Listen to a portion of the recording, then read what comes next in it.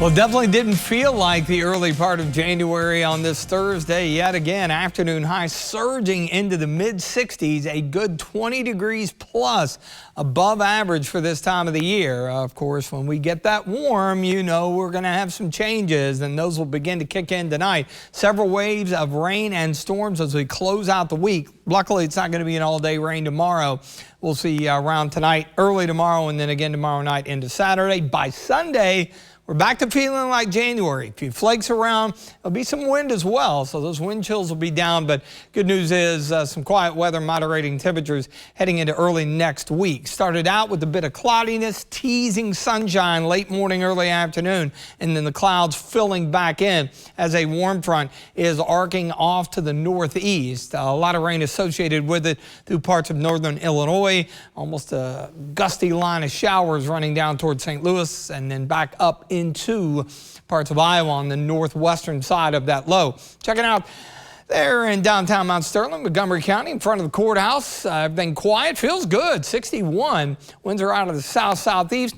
About 10 to 15 with higher gusts, and that's been the key to kind of overcoming some of the clouds. Jackson County near McKee, the clouds have thinned a little bit, but the combination of the clouds sticking around and that persistent south wind, 62 there at the Mesonet site in Jackson County, these temperatures will not move very much at all. So it should be a comfortable evening if you're going to be out and about for any reason, and dry. We're mainly in the low to mid 60s. Those wind gusts still hovering around 20, sometimes 25.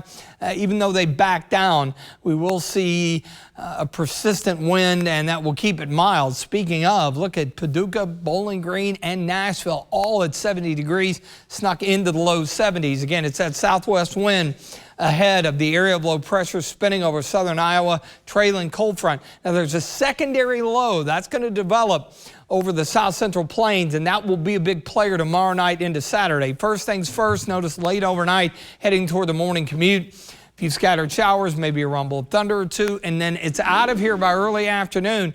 So a lot of the day, at least the afternoon hours, should be dry, and that means tomorrow evening, as you get a kickstart on the weekend, looks good. Then the bulk of the moisture arrives late Friday night into early Saturday. Some heavier rain.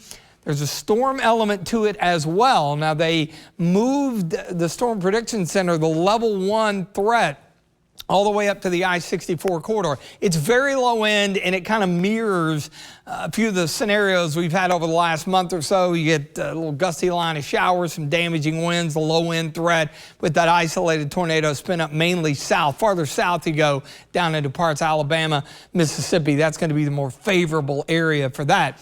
Again, the rain in waves. Notice the first batch, not a whole lot, quarter to a half inch. The bulk of what we'll see will be tomorrow night and into Saturday, as we could pick up an inch, inch and a half, maybe even locally 2 inches across parts of southern and southeastern Kentucky. So definitely looking at some wet weather. So the rain gear coming in handy, and that chance on Sunday could be the frozen kind. Big picture, there's your lows spinning on through. And so 55 early on Saturday afternoon before we drop it off. We rotate in, again, some energy. You see a few specks of blue there. That's going to mean a few flakes around, in addition to colder air. So we go up, we go down, but we go back up as well. Good news, the colder air is not going to hang around long. It will relax out pretty quickly as high pressure builds in. Monday should be nice, and then as the high goes by and the return flow kicks in, that pushes us into the upper 40s. Notice some rain to the north. That's Clipper. That could bring us some additional showers mid-part of next week. Breezy rain late, some thunder as well. Only 58 for the low. Mainly morning rain and breezy and mild. So dry for a period of time tomorrow afternoon. Then we're back in it tomorrow night and into Saturday with those falling temperatures. Feeling like January on Sunday, but a nice recovery by Tuesday. And then we'll keep an eye on that system middle part of next week, which will usher in some additional cold air about a week from now.